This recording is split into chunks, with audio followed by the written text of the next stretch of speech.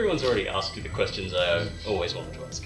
So what I really want to know is what's it like being the BSV hype man?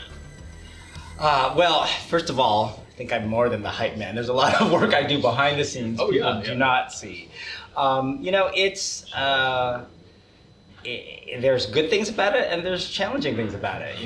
I feel a great sense of responsibility to the ecosystem that we're building because, Craig, Calvin, and CoinGeek took a big chance, right, in fighting the hash war leading to the emergence of Bitcoin SV, and Calvin's made a major investment into the growth of BSV. And we appreciate especially the earliest projects and developers who moved over to BSV. And so I feel a real sense of responsibility to make this succeed. And so when I go out as an ambassador advocate for BSV, while there's parts of that work that are fun and entertaining, I take it really seriously, especially now that I'm doing a lot more education and work to communicate to institutional investors, to mainstream tech media outside of the crypto world, and educating them both credibly as well as positively about BSV. So it's exhausting as well because I don't really live anywhere. And now I technically live in the United States. I lived in LA for many years. I moved at the end of last year to Seattle, but I spend 80+% of my time around the world. Yeah, I heard you say that before, and I'm like, Seattle. I didn't know that. I know. I thought you lived everywhere else. I know. So I have a home in Seattle, but for example, I was in Europe for about 4 or 5 weeks before coming to here in Korea. I go home for 4 or so days, and then I head to New York, and then I head back the other side of the pond to London, and then I'm in Europe for a number of weeks. So that part of it is harder than people realize. It seems fun from the outside. I think people know it's hard. It's hard. That's what I mean. I wouldn't say when I said that you're the hype man. I mean, you do all of that.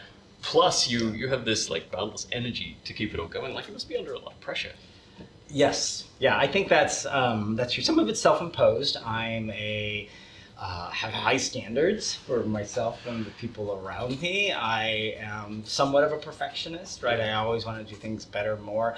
But we have so much work. It is a challenge, and but there's this book that Billie Jean King, tennis star, wrote called "Pressure is a Privilege." It's a little short book, and I read it a while back because I'm a tennis fan. And the point she makes in the book is that when you're playing Grand Slam championship tennis, you get to those moments in a match, the finals of Wimbledon or whatever she was talking about, where there's a huge amount of pressure, right? Because you could win, you could lose, but her point is for people to accept that when you're under immense pressure, it's a privilege because it means you have the opportunity to do something important, to do something great. So yes, I definitely feel intense pressure at times, but I have to try and take a step back, as I did this morning, getting ready to come down to open the conference and thinking, I never feel as ready as I want to be, but then you just say, it's a privilege to have the opportunity to do this. I've definitely had moments on stage where I thought, man, I really wish I hadn't done that. Have you ever had one of those? Oh, sure. Yeah. All the time.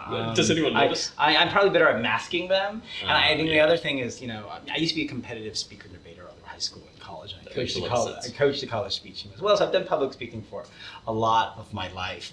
And then I was a lawyer for a long time, did a lot of public speaking in that realm. I always have this idea in my head of what a good, perfect performance is for me, even though I know to the rest of the world there's things you probably wouldn't even notice. I sometimes leave media interviews, especially the live ones, which go really fast, right? Live television or radio goes really, really fast, and I always think, oh my gosh, that I didn't do that as well as I would want. And then I'll sometimes read the feedback on social media. People go, oh my God, that was amazing. And I've left the studio thinking, oh, I could have done a better job.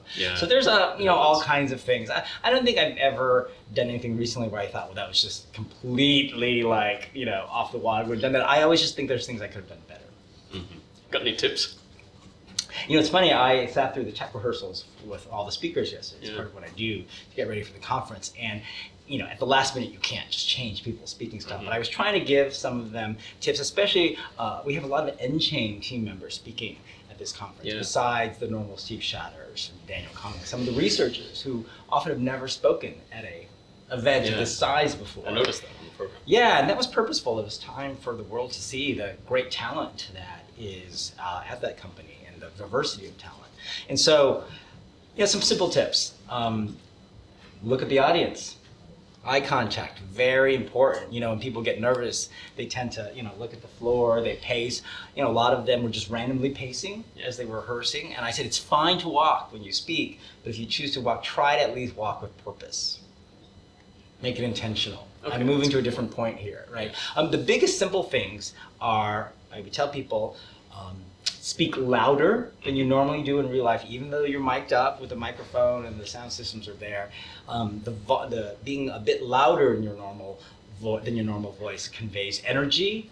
It makes it easier to understand, especially in big rooms, especially when you're talking about very complicated topics and words. Hearing it better for the audience is better. And then, if you can, enunciate more. Because a lot of people, when they get on the stage, you start mumbling and slurring, especially when you get nervous. I'm a total mumbler. And if you have an accent that makes it harder to hear, like, for example, some people who are like Irish or Scottish, that can be hard for non-Irish and Scottish audience members to hear. I'm familiar with that. Yes. So my tip, what I used to give speech students was, make the hard consonants, over-enunciate them. So you would say, for example, like on your shirt, Bitcoin SV. Like, over-enunciate the hard consonants. It's a train. I say train. Yeah, see? But now say train. Train. Better. But see, and it may sound awkward to do, but it makes it easier if you're in a big room for the audience to understand. Oh, very good. Tips from a pro. See, there we go. Yeah. Sorry. You like this at home?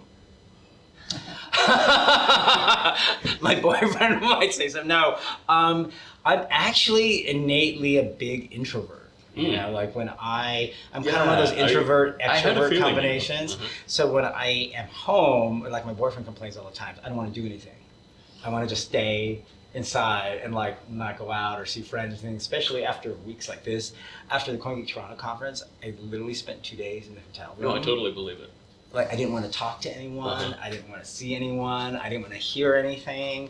And when I'm working, I like working in silence by myself. I have to lock myself in a room. So I actually was fortunate to get to Seoul here a couple days early before the rest of our team got in, and it was glorious. I had 2.5 solid days of catching up a ton of work by myself, with no time pressure of anyone around me. Didn't have to talk to anyone. I got a lot of so I vacillate between very public life and then getting home and just literally wanting to sit in pajamas and stare at a TV screen or stare at nothing.